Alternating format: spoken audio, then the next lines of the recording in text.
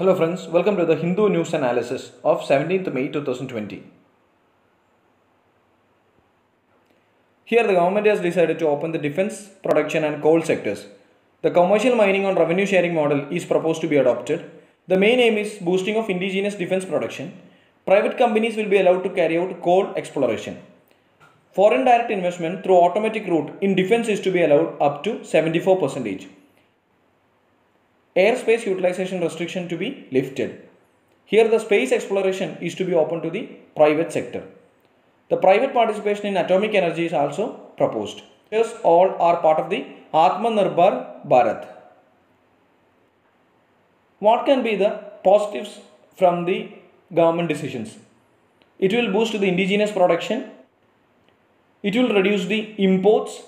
It will help to build a self-reliant India. And what can be the negatives? The monopoly of the private sector can be one of the negatives.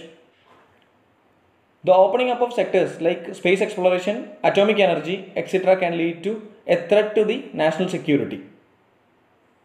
Next is Kerala to source weather inputs from 4 private agencies.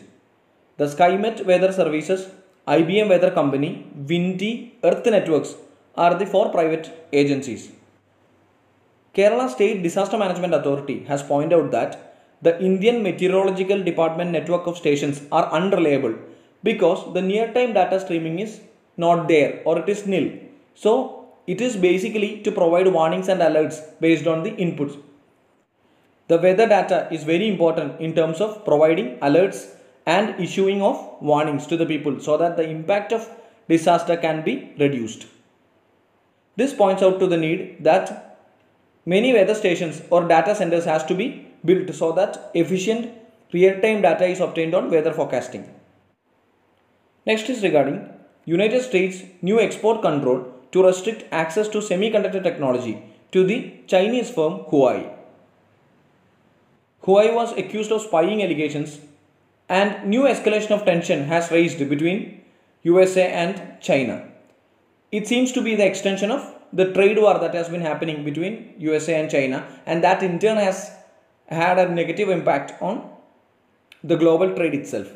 So the suppression of Huawei is in news and it has escalated the trade war between USA and China. World Health Organization is warning against aiming to achieve herd immunity. What is herd immunity? If enough people have antibodies against the infection, where transmission between people does not happen, that is called herd immunity. Even though a patient has antibodies against coronavirus, the durability of the response cannot be calculated or we are unable to find sufficient evidence for the same. So that is a risky element. Also, reinfections are possible. Again, the data pertaining to these aspects are not known because of the lack of sufficient research. Rajasthan farmers to get loans at 3% interest. It is to ease the stress in agricultural sector.